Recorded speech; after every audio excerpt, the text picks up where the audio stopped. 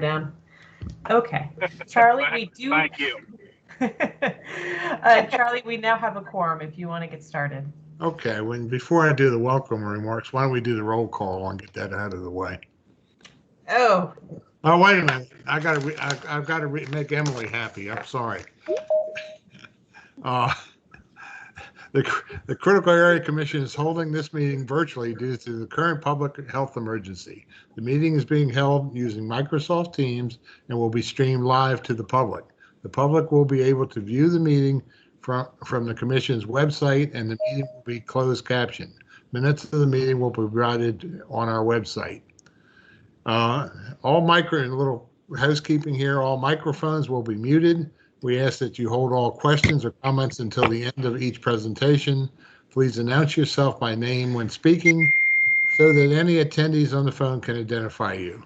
If you are joining the meeting by phone, press *6 to unmute yourself. The public was invited to submit written comments on any agenda item up to 24 hours before the meeting. Those comments, if received, will be read by the Executive Director, Kate Charbonneau, at the appropriate time. Now, Kate, you want to do a roll call? I will do a roll call, and if I miss anyone, I will ask for you to announce yourself at the end. But we have joining us today Commissioner Ackley, Commissioner Adams, Commissioner Blazer, Commissioner Bradshaw, Commissioner Ferguson, Commissioner Hewitt, Commissioner Johnston, Commissioner Laird, Commissioner Lewis, Commissioner Mangum, Commissioner Marks, Commissioner Parker, Commissioner Sutton, Commissioner Herr Cornwell, Commissioner McCall, Commissioner McDowell, Commissioner Oberg, and Commissioner Robertson. Is there anyone? I know there's a couple of folks that joined us by phone. Can you please announce yourselves? This is Caroline from DHCD. Thank you, Caroline. Thank you. I'll go on mute. Pat Mahoney on the call. Thank you, Commissioner Mahoney. Is there anyone else who joined us by phone today? Okay, I think Chairman Deegan, I think we're set. Thank you very much. I want to first start today. We have two new commissioners, and you might have noticed that when Kate was doing the roll call. And I'd like to ask, I guess we'll go ladies first, Nicole Ackley, who's a Wicomico County Councilman, if she would just maybe say a couple words about herself, and most importantly, if you have your dog handy, I've told the whole staff about your dog. So if you could bring him into the picture, or her. Oh, he'll be up here sooner than later, I'm sure. Okay. Thank you, Commissioner, and thank you for inviting me on to this this great committee. I've heard wonderful things that you do, and I'm really honored to join. I am originally from Pittsburgh, Pennsylvania. My husband and I relocated here about 20 years ago to the Eastern Shore. So I am a come here, but I really love the area. The district that I represent it's absolutely beautiful waterfront area. I have 3 children and 2 dogs, one very big dog. And I really, the waterfront and preserving our agricultural area is very important to me. So again, I thank you for having me, and I look forward to doing good work. Okay, well, thank you very much. And what kind of dog is that again? You told me one. You love that dog. It's a Great Pyrenees. Yeah, it's about the same size as my wife. It is huge. He's 150 pounds. 150 pounds. Okay. And he wears, if you know Congressman Harris, he wears Congressman Harris's T-shirt during campaign time. Wow. And we walk him around. It gets lots of attention. It's a beautiful dog. I was glad I got a chance to pet it before it jumped in my lap. Yeah. It's very friendly.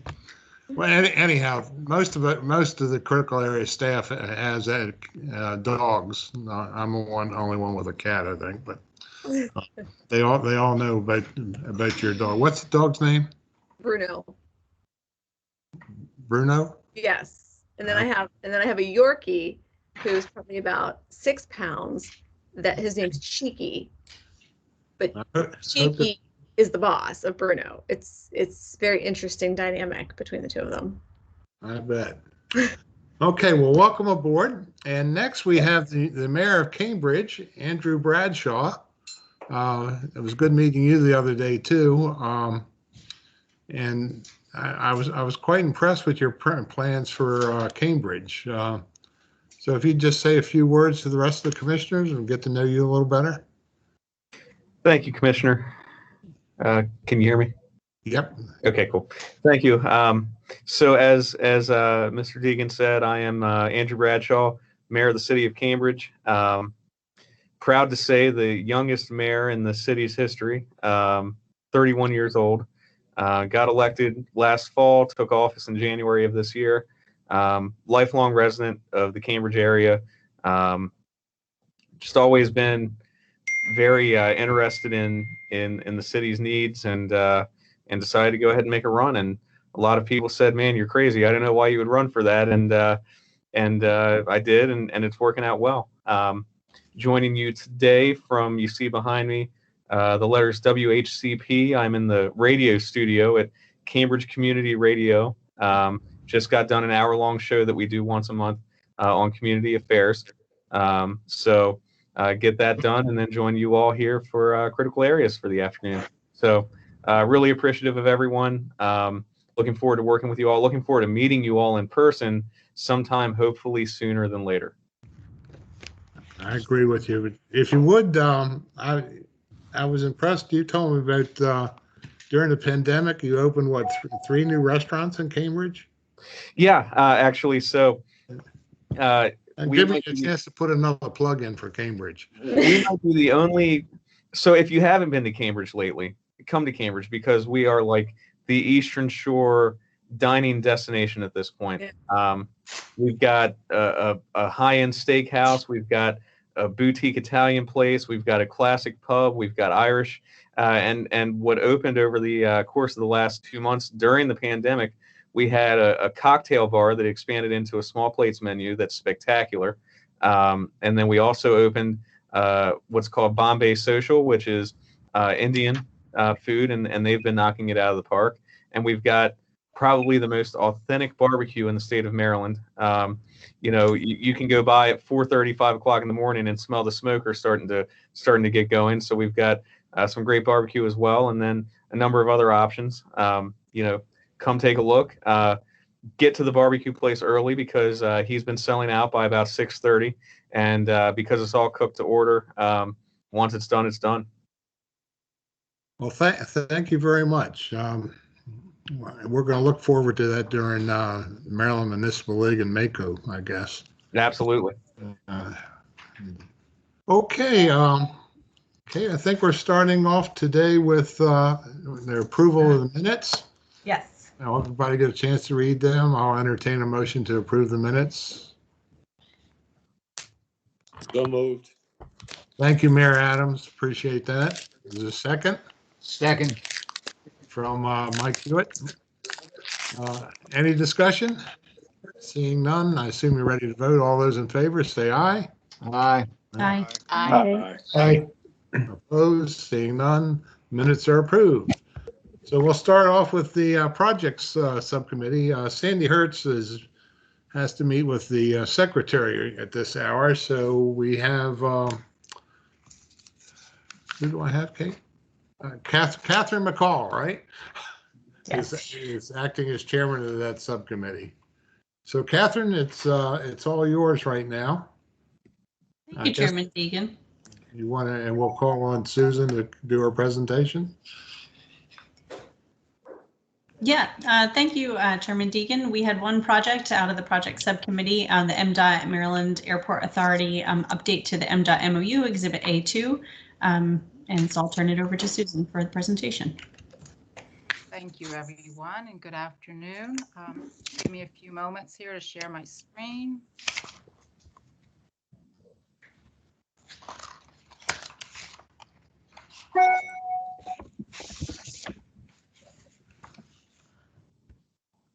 Okay, does everyone see that now, the presentation?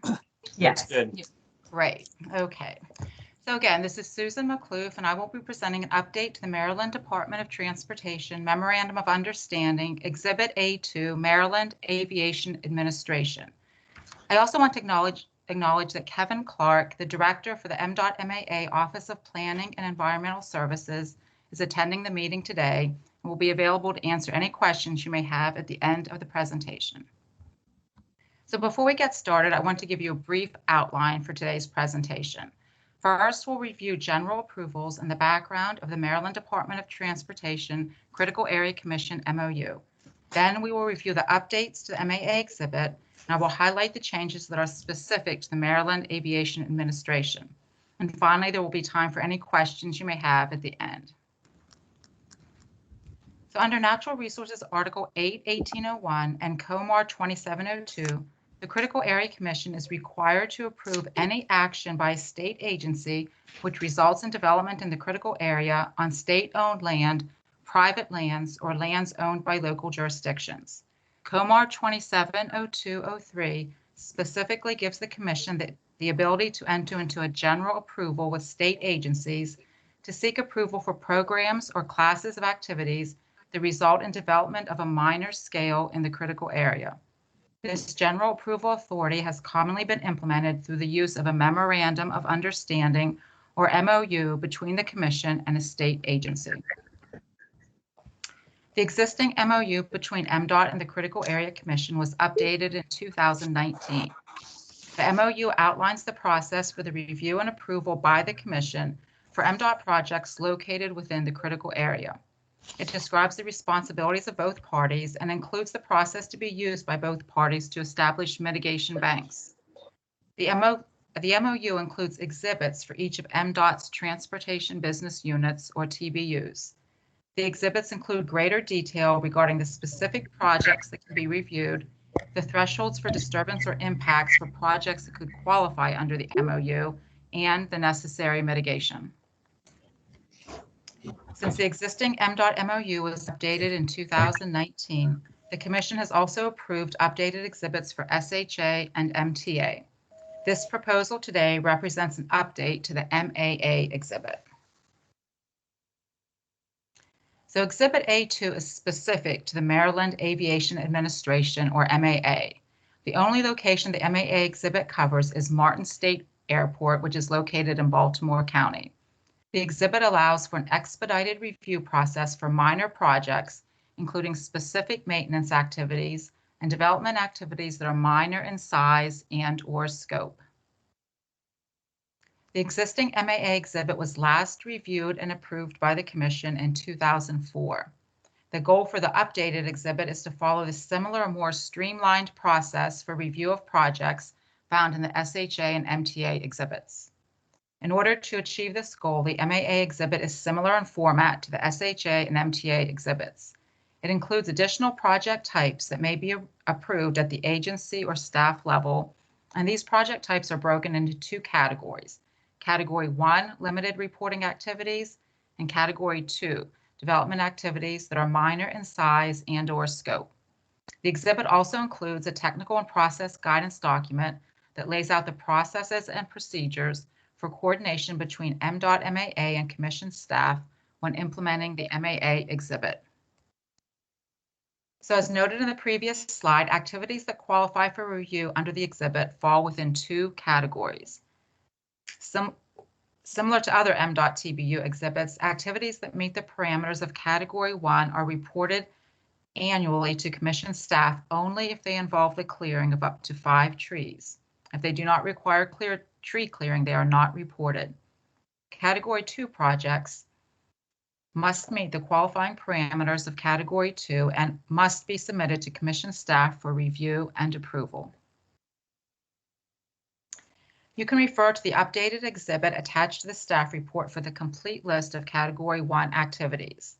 This slide lists several types of activities, including beneficial restoration projects, stormwater management maintenance, and maintenance of existing runways, taxiways, taxi lanes, and roadways.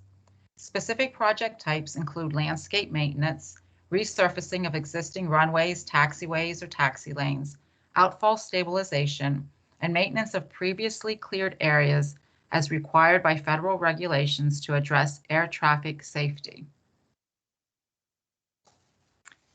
Category 2 projects are development activities that are minor in size and/or scope. Again, you can refer to the exhibit attached to your staff report to view the complete list of Category 2 activities. Examples include projects that do not meet the clearing limit of 5 trees or less, new or expanded structures, projects where an increase in imperviousness is proposed, and new safety-related vegetative clearing required by federal regulations. I've summarized additional information about the exhibit on this slide. Category 2 projects must meet the qualifying parameters in order to be reviewed and approved under the exhibit. The qualifying parameters are found beginning on page A2-6 of the exhibit. The thresholds or limits in the qualifying parameters may be exceeded by minor amounts if MDOT/MAA provides written justification for the exceedance. The updated exhibit also specifies mitigation ratios for Category 2 projects. These mitigation ratios are similar to those previously approved by the Critical Area Commission and the SHA and MTA exhibits, with the following exception. The mitigation ratio for safety-related clearing is 1.5 to 1. This 1.5 to 1 ratio represents a compromise between the typical 1-to-1 mitigation ratio for forest or developed woodland clearing outside the buffer and the 2-to-1 or 3-to-1 mitigation ratios typically required for forest clearing located within the buffer. In addition, mitigation plantings must be approved by both the Critical Area Science Advisor and MDOT/MAA to ensure that the plantings do not become a potential safety hazard for aircraft. The exhibit includes MDOT/MAA's current practices and procedures regarding climate resiliency and sea level change.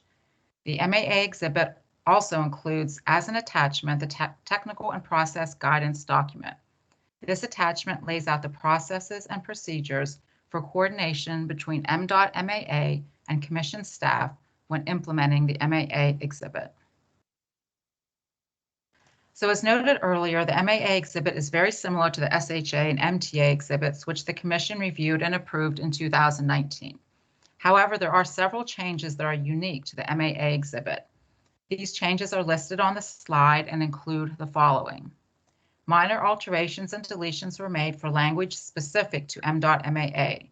For example, when referring to areas of existing impervious surface, the language runways, taxiways, and taxi lanes was added since these surfaces comprise much of the existing pavement in airports. Language is included in the exhibit to address MDOT/MAA tenets. This language clarifies that all projects proposed on land owned by MAA which are located in the critical area, including projects proposed by tenants, must be reviewed for compliance with critical area law and regulations as outlined in the exhibit. New mitigation ratios were derived specifically for safety-related clearing as required by federal regulations. MDOT/MAA is unique in that it must maintain a safe and navigable airspace for various types of aircraft, and this often requires clearing and/or managing existing vegetation in and near airports. Navigational safety requirements and standards for airports are regulated by multiple federal agencies, including the Federal Aviation Administration and the Department of Homeland Security. Maintenance of previously cleared areas does not require mitigation. As discussed earlier, new safety-related clearing requires mitigation at a 1.5 to 1 ratio. And finally, new access roads outside the buffer constructed using pervious construction methods are limited in width to 22 feet. This is the minimum width required by FAA safety standards to accommodate emergency vehicles and equipment. And this is a change from the SHA and MTA exhibits, which limit new access roads outside the buffer to a width of no more than 15 feet. Thank you for your attention, and I will now turn it back over to Chairman Deegan. Thank you, Susan. Do we have any questions? Kate, do you see any in the chat box? Nope, there are no questions in the chat box. Well, this is fantastic. Well, in Mr. that Chairman? case, yes, sir. Mr. Chairman, Pat Pat Mahoney here. Right. There was some discussion in the subcommittee meeting that I think is probably relevant for the entire group. It was about contaminated areas and the overall effect that it has. I think before voting, the group would probably be best to hear some of that. So I requested that discussion that we had earlier take place for the entire board. Okay. Did you want Susan to elaborate on that, or? Yeah, I believe the plan was for the subcommittee chair, I believe will allude to that discussion and speak to that, I believe is the plan. Okay, yep. Catherine McCall, it's yours. All right. Thank you, Susan. Thank you, Chairman Deegan. Yeah, and I appreciate that, Commissioner Mahoney. Wanted to provide an update just on that topic for the entire commission.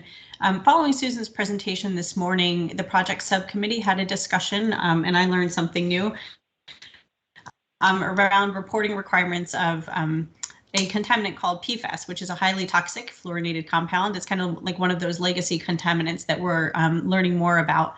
And because those PFAS contaminants are sometimes associated with chemicals found in firefighting foam, including foams that may have been used in airport firefighting, the subcommittee really talked about whether the MDOT-MAA MOU should consider adding some PFAS reporting requirements under all of the categories of activities that fall under the MOU. So what we discussed in the subcommittee this morning was that commission staff noted that one of the ways that we could handle this request was to report the PFAS. It could be achieved that we could generally approve the MOU by making updates to the appendix and subsequent updates to the exhibit after approval of the MOU. And we discussed that option, so moving the MOU forward and then having commission staff look into updates either in the appendix or the exhibit.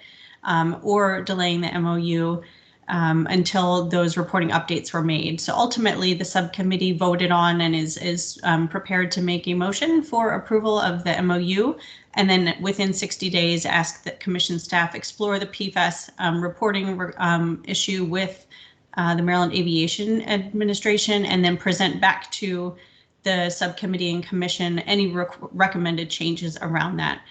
So before we made a motion, we wanted to bring that forward, and we have updated the motion to pass the MOU or bring it forward for a vote today, and then have the commission staff within 60 days look into those potential updates. Okay, thank you very much. So that's your motion. Pat Mahoney, are you seconding that? No, I won't. Okay, do we have a second to the motion? Tammy Robertson, seconds the motion. Thank you, Tammy. So it's been moved and seconded that we approve the MOU today, and they'll be back in a couple months with a added addendum to that. Any further discussion? It's me again, Pat Mahoney. I'll just state what I did in the subcommittee meeting.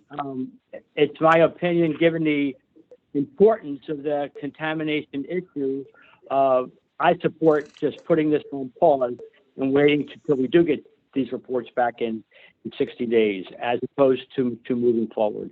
That's just my take on the seriousness of this situation. So I'll be voting no if this motion goes to a vote. Okay, any other comments? Seeing none, do you see any, Kate? You have the chat thing, right? There are no comments in the chat. Okay. Wait, are you doing that, Charlotte? Or? I am, yes. All right, thank you. All right, it's been moved and seconded that we approve the MOU today. All those in favor say aye. Aye. Aye. Aye. Any opposed? Aye. That's, Mahoney opposes. I got you, Pat. And Thank you, any abstentions? Seeing none, the motion carries. Thank you very much, and we'll hear back about this in about 2 months. Okay, next Catherine, thank you. You did a great job today. We'll move on to the program subcommittee. And first we have Annie with the refinements for the town of Leonardtown Critical Area Program Comprehensive Review in St. Mary's County. Yes, thank you. Bear with me 1 second. Take your time. We got Julie Oberg is chairing that committee today. Sue Greer had got called away. So.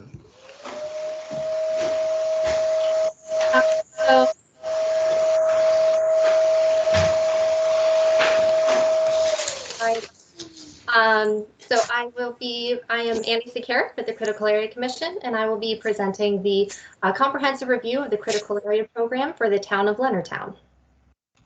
Oh, and I should point out, I believe that Jada Struckert is on the line, and she is with the county and will be able to help answer any questions you may have. So again, I thank Jada for her time this afternoon. So for reference, Leonardtown is the only incorporated municipality in St. Mary's County, and it is located on this map as shown with the star. So the critical area law requires each local jurisdiction to review its entire critical area program at least every 6 years. Leonardtown's program has not been updated since its original adoption in 1988. This comprehensive update of the town's critical area program will bring its zoning ordinance into conformance with the requirements of the critical area law and criteria. Leonardtown's existing critical area program will be repealed and replaced with this proposed ordinance. The majority of the updated program does not deviate from the model ordinance. However, the town has proposed to modify the program in 2 areas in order to better accommodate their local needs. For the first modification, the town elected to opt into the provision to allow non-water dependent structures on piers. The proposed provision includes all of the applicable standards and restrictions as described in the non-water dependent projects chapter of COMAR. The second modification is related to the growth allocation standards. The proposed alternative adjacency provision allows new intensely developed area, or IDA, to be less than 20 acres and to be located non-adjacent to existing limited development area, LDA, or other IDA, as long as certain criteria is met. Both of these proposed provisions are similar to those that the Commission has previously approved in other programs. And with that, I will turn it back over to Chairman Deegan.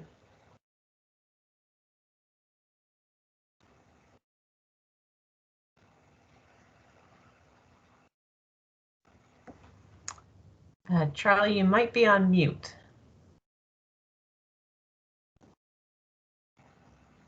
Hi there, everybody.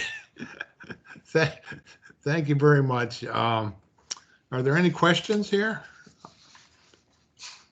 None. I'll recognize Julie Oberg, Chairman of the subcommittee, program subcommittee. Thank you. Mr. Chairman, the program subcommittee recommends concurrence with the chairman's determination that the town of Leonardtown's comprehensive review be processed as a refinement to the town of Leonardtown's critical area program. Further, because the proposed changes are consistent with the purposes, policies, and goals of the critical area law and regulations, the program subcommittee recommends the chairman approve the town of Leonardtown's comprehensive review with the conditions set forth in the staff report dated April 7, 2021 and incorporated by reference.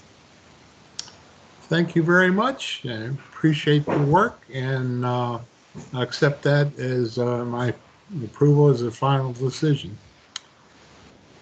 Thank you. And next, we'll move on to Alex DeWeese. Alex, you there?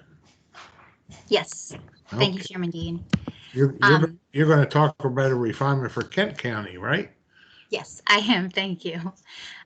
Again, my name is Alex DeWeese. I'll be presenting Kent County's critical area map update. Kent County is located on Maryland's eastern shore. It's highlighted on this map of Maryland in red. And before we get started, I just wanted to acknowledge and thank Carla Gerber from Kent County for joining us today to participate in any questions and discussion that might come up. So, as per 2008 updates to the Critical Area Law, the Critical Area Commission is required to remap the 1,000-foot boundary based on recent technologies. And specifically, as per COMAR 270111, this boundary must be remapped every 12 years. The reason for this mapping update program for the entire state is because our original maps were hand-drawn and based off of very old aerial photographs, leading to a lot of inaccuracies.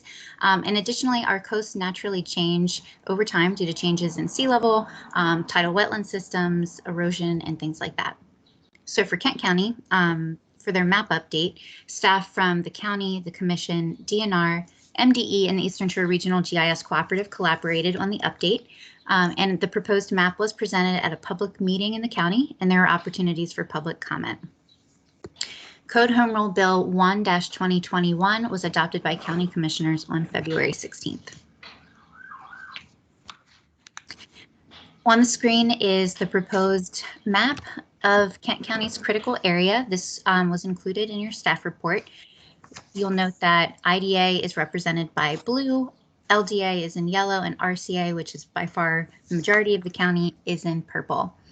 The map update led to a little over 1,600 acres gained, 1,700 acres lost for a net loss of 33 acres.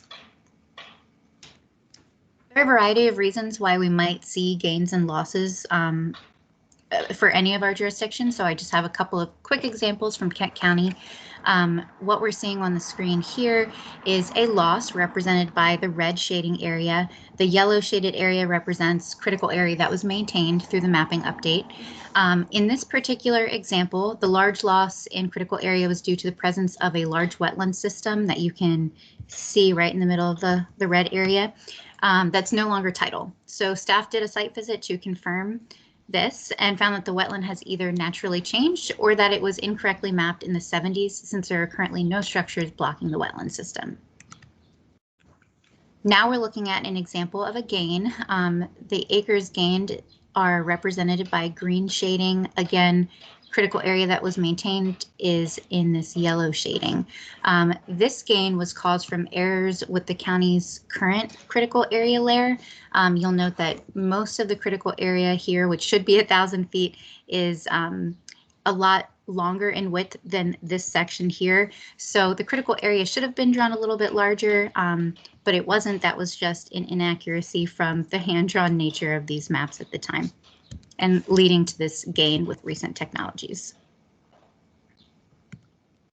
I also wanted to point out that you can find our critical area maps in a variety of locations. One is, of course, the critical area website, which is shown on the screen right now. You can also find it on Maryland's IMAP. But the map on our website shows the map status for the mapping update project in different shades. There's green for final approved maps, summary maps are in orange, working maps are in purple, and initiated maps are in yellow. And you'll note that Kent County right here is a summary draft map. So with that, I will turn it over to Chairman Deegan for questions and discussion. Thank you, Alex. Do we have any questions? Seeing none, I'll recognize Julie Oberg, Chairman of the subcommittee. Thank you, Mr. Chairman. The program subcommittee recommends concurrence with the chairman's determination that the Kent County mapping update can be reviewed as a refinement to Kent County's critical area program. Further, the subcommittee recommends that the chairman approve Kent County's map amendment as proposed. Thank you very much. I'll accept the committee's recommendation, and that'll be my final determination. Thanks again. Okay, Alex, we're moving right along here. One more Kent County, right? Yes, thank you. Again, my name is Alex Deweese. Next up, I'll be presenting Kent County's zoning text amendment that specifically discusses the temporary critical area map overlay that we just reviewed. I also wanted to point out that the zoning text amendment language is attached to your staff report. So the Board of County Commissioners approved Code Home Rule Bill 1-2021 on February 16th of this year. Again, this is the same bill that adopted the updated critical area map overlay, but it also includes a zoning text amendment to specify how the updated map is temporary and how it will be applied to newly designated critical area lands. This language is effective until the county adopts their new comprehensive land use ordinance and zoning map, which will integrate the new critical area boundary. So I just wanted to provide a little bit of background info to help explain why this text amendment is necessary. The county uses an integrated zoning code and zoning map to implement their critical area program. So for each critical area designation, there are certain zoning districts rather than an underlying zoning. So for example, if we look at the LDA, the zoning districts are either critical area residential, commercial critical area, or industrial critical area. And these zoning districts exist only within the critical area and not outside of it. I also wanted to point out that Kent County intended to adopt the updated critical area map with a new comprehensive zoning ordinance and map, but the pandemic led to delays in that process. But the updated critical area map still had to be adopted to meet our 2-year timeline, which is the reasoning for this zoning text amendment and the temporary nature of the map overlay. So Code Home Rule Bill 1-2021 led to the creation of Section 6, the establishment of the critical area line under Article 3 districts and district maps. Again, this language is only in effect during the comprehensive rezoning process, followed by map integration. And the new critical area lands do have a critical area designation, but they do not yet have a critical area zoning district. However, these lands must meet the requirements of the critical area designation, as well as the requirements of the most similar zoning district that's specific to the critical area. So an example of that is within the LDA. I'll go back to this screen. There might be a property that's currently zoned community residential that is located in the LDA, but it doesn't yet have one of these designations. So the most similar zoning district is critical area residential. So even though it's not zoned critical area residential yet, if that's the most similar zoning district, it has to meet those requirements. I also included a map to illustrate this point a little bit further. You can see the critical area boundary a little bit. It's not super distinct, but you can still see it here. The yellow shaded area is critical area residential. This is LDA. And you'll notice that there's still part of this development outside of the critical area that's zoned community residential. If a property where this red star is going from outside of the critical area to inside of the critical area, at this point in time, it would still be zoned community residential, but it would have to follow the critical area residential requirements as well as our standard LDA requirements. And one last thing about the bill is that it does remove references to state wetland maps in recognition of the fact that our new critical area maps no longer rely on the old state wetland maps. With that, I will turn it back to Chairman Deegan. Thank you, Alex. Good job. Any questions? Seeing none, I'll recognize Julie Oberg, the chairman of the subcommittee. Thank you, Mr. Chairman. And Alex, I love that picture. Okay. Mr. Chairman, the program subcommittee recommends concurrence with the chairman's determination that the Kent County text amendment identified as Kent County Code Home Rule Bill 1-2021 be reviewed as a refinement to Kent County's critical area program. Further, that the proposed changes are consistent with the purposes, policies, and goals of the critical area law and regulations. And as such, the program subcommittee recommends the chairman approve Kent County Code Home Rule Bill 1-2021 as proposed. Chair appreciates the concurrence and approval, and that will be my final decision. Thank you very much. Next, we have Lisa Herger. We're going to talk about St. Mary's mapping update. We've seen this before. Lisa, you're with us? I am. Can everybody see my screen? No. That's not good.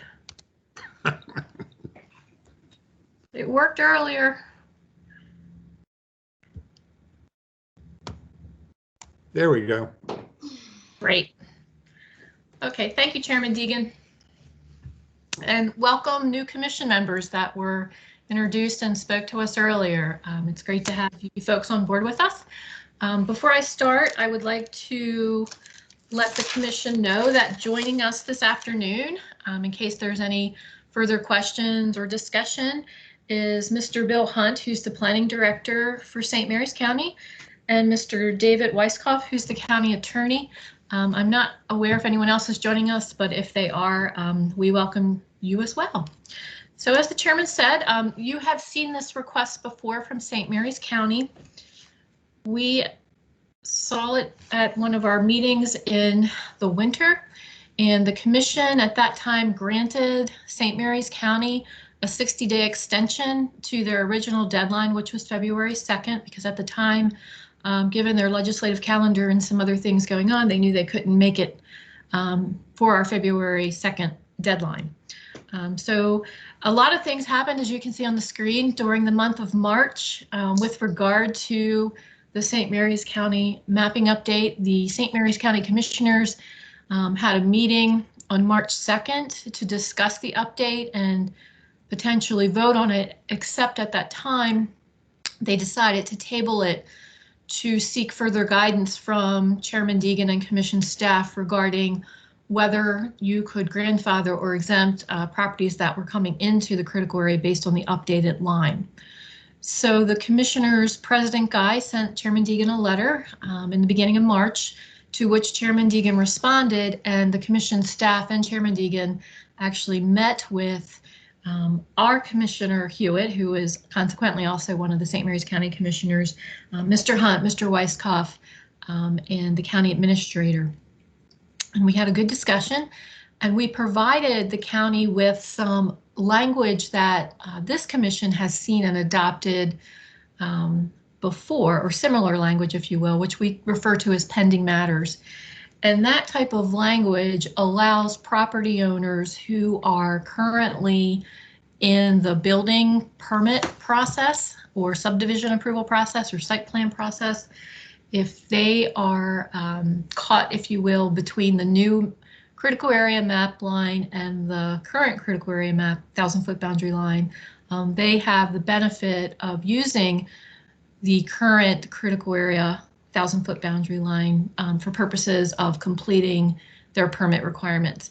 And then there's a certain date by which all permits will be required to reflect on their plans the updated and approved critical area boundary. And that language, on March 16th, the county commissioners met again, and they have since then drafted some language, which I'm about to show you on the screen.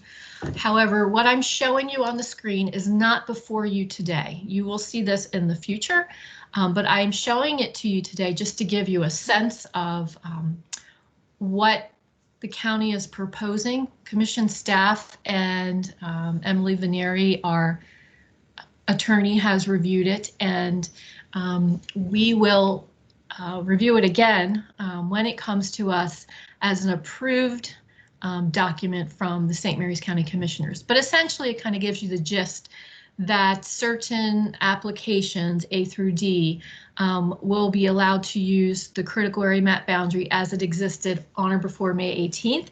And the reason that you see that date, and that's what I want to point out to you, is that's the date that the county commissioners would be voting on the new map, the new 1,000-foot boundary line, and also this pending matters language. So that's the date everything will become official. So I am at this point going to turn it back to Chairman Deegan for any questions or discussion. Thank you, Lisa. Do we have any questions or discussion on this? Lisa's ready and able to answer all questions. Well, seeing none, I'll recognize the subcommittee chairman, Julie Oldberg. Okay, thank you, Mr. Chairman. On behalf of the program subcommittee, after much discussion this morning, I move to approve an extension for St. Mary's map approval to May 18th, 2021, at which time the St. Mary's County Commissioners must adopt the updated map and pending matters legislation, and the St. Mary's County Commissioners must submit the maps and legislation to the Commission for final review and approval. Further, in the event that the County Commissioners of St. Mary's County fail to adopt the updated map and pending matter legislation as of midnight, May 18th, 2021, then in that event, I move the Commission deem the St. Mary's maps as currently proposed approved, effective as of May 19th, 2021. Okay, thank you. Is there a second? Mike Hewitt?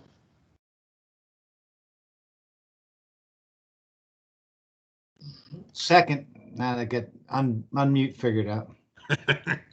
I understand. Thank you. I assume you're ready to vote. All those in favor say aye. Aye. Aye. Aye. Any opposed? Any opposed? Any abstentions? The motion carries unanimously. Thank you very much. I'm glad to get that off the table. Next, we'll go into old business. Maybe before we start, I'll start that because I did want to mention something earlier. That we're looking, I really want to get this whole commission together in person, and Kate and I argue over when that's going to be all the time. Hopefully, it'll be at least by June. That's because the governor's executive order of emergency ends then. But if not, we're going to look at getting you guys together to tour Poplar Island and the port, if we can put that together. And Kate, are you there? We had one. Did we want to do Hart Miller too? Masonville Cove, I believe, was on the list. Okay. I've met with Charles Glass already, and we're kind of like first on the list for at least Poplar Island again. And well, they also do Masonville Cove, right? MES. They do, yes. So. At least we're pretty good on the pecking order there. So that would be a nice little field trip for everybody, and at least get lunch out of the deal. Okay, I guess that's for me. Old business. We have Lisa was going to talk about the ag regs. Yes, thank you, Chairman Deegan. I wanted to give the commission, at the chairman's request, an update on the agricultural regs.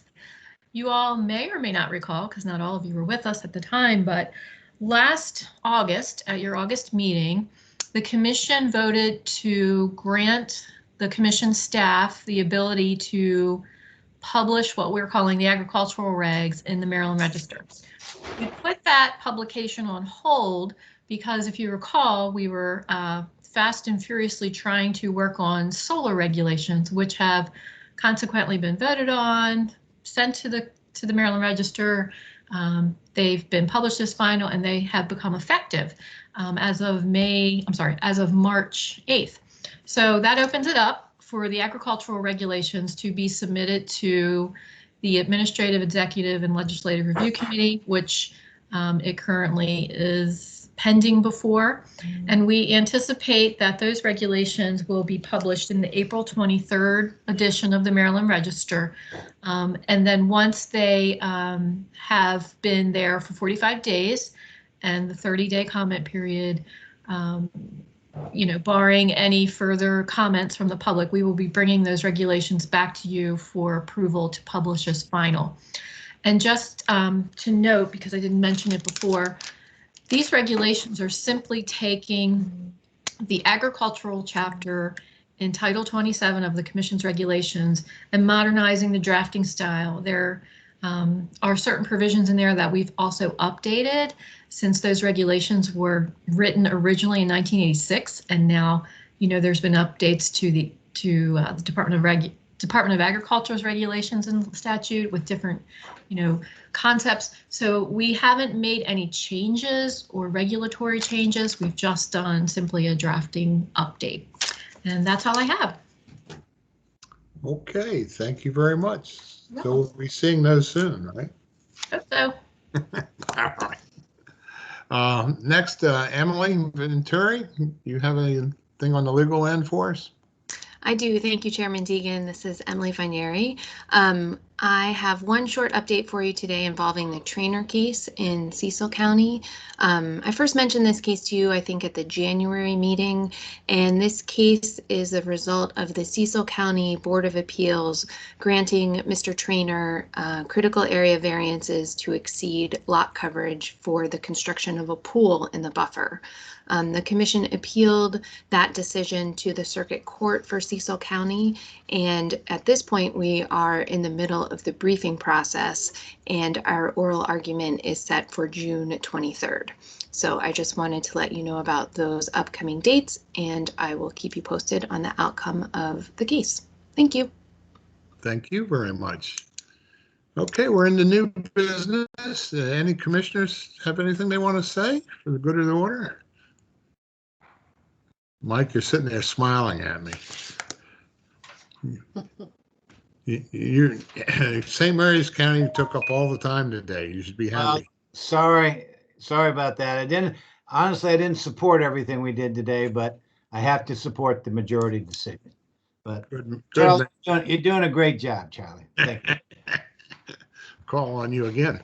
Our next meeting, if we have one, it will be May 5th, Cinco de Mayo. Kate said we might have something to come before us then. Yes, I think it's pretty likely for a May meeting. So if you could please continue to hold, and we'll send out an update as soon as we can. I'll check. I'm still. Okay, well, with that, I want to thank Catherine McCall and Julie Olberg for both stepping in and acting as chairman of their subcommittees today. You both did an excellent job and appreciate it. And we'll just adjourn the meeting then. And hopefully we'll all get to see each other in person soon. Thank you very much. Thank you all for coming. Thank you. Thank you. Goodbye. All right.